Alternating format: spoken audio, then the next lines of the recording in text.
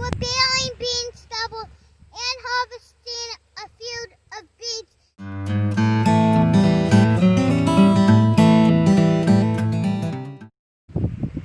We've started harvesting soybeans. This is a field of 2.5 beans that we took off yesterday. It is September 27th here in Ohio. A few years ago, we started baling the bean stubble after we harvested the soybeans as bedding for our cows throughout the winter. I'll go around and show you kind of the steps of the process so you can see what it's like.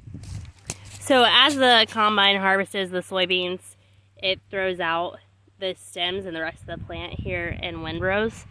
So you can see this is kind of a row here. It's a little bit taller, and throughout the field you can see some higher spots. So then as soon as we can, we get the baler back out here. Greg will be around with the baler in just a minute, and we bale this up.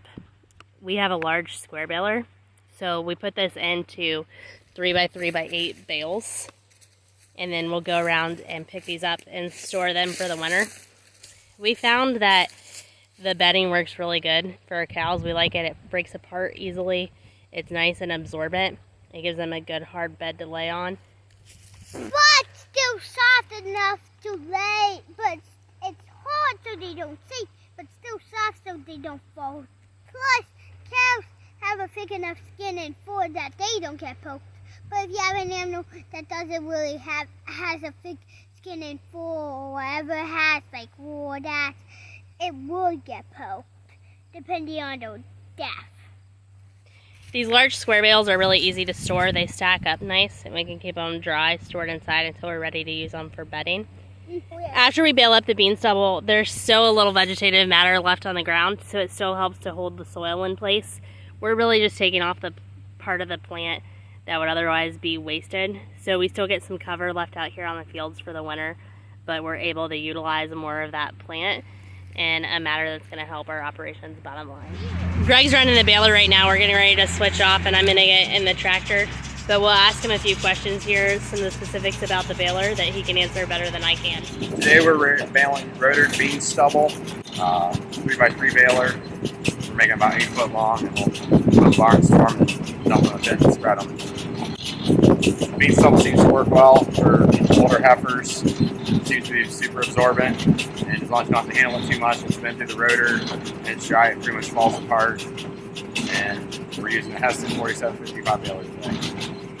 Make the combine come out in windrows, you just take the spreaders off and let it dry just like you were baling wheat straw. Except for we run our chopper in high instead of low like you would wheat straw. Try to tear it up a little more. How many bales do you think we'll end up with? Or bales per acre? How do you figure it? We're shooting for 200 bales of bean stubble this year, and hoping for about 2 bales an acre. Alright, Dwight and I made it into the tractor and we're cruising along. These beans were cut earlier today. We given them a chance to dry off a little bit so the stems aren't too tough. And we're heading through the field now. We're able to drive in about 10th gear, about 1900 RPMs. And that seems to be a pretty good speed for the baler. So we're going to move around the field, get these baled up, and while we're baling, Greg will come up in a little bit and start picking them up, stacking them on a trailer, and taking them to the straw barn. Anything else you want to say? Oh, and also here's a quick check on what it looks like. How do you flip it? Here's a picture of what the field's looking like on our way. So as you can see, it's a pretty smooth field.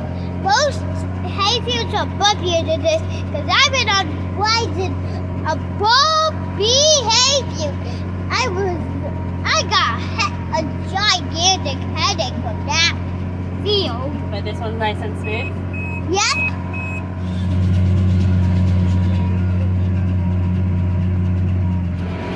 Here's a quick look at the monitors that we have inside the cab to tell us what's going on. This top monitor, I don't know if you can see that, is the baler monitor. So it tells us the pressure, which is how tightly the bales are packing. And then it has some other options over here. For example, I can hit bale count 1. It'll tell me how many bales we've baled in this field so far. Bale count 2 is the total bales. This is an easy steer monitor. We're not using that right now because we're not using the guidance system. And this monitor down here It tells us the moisture of the bale and tells us, so right now it's just telling us that it's low moisture, so the bales are nice and dry. So things are going well. We've got several bales done out here. Say hi, Dwight. Hi!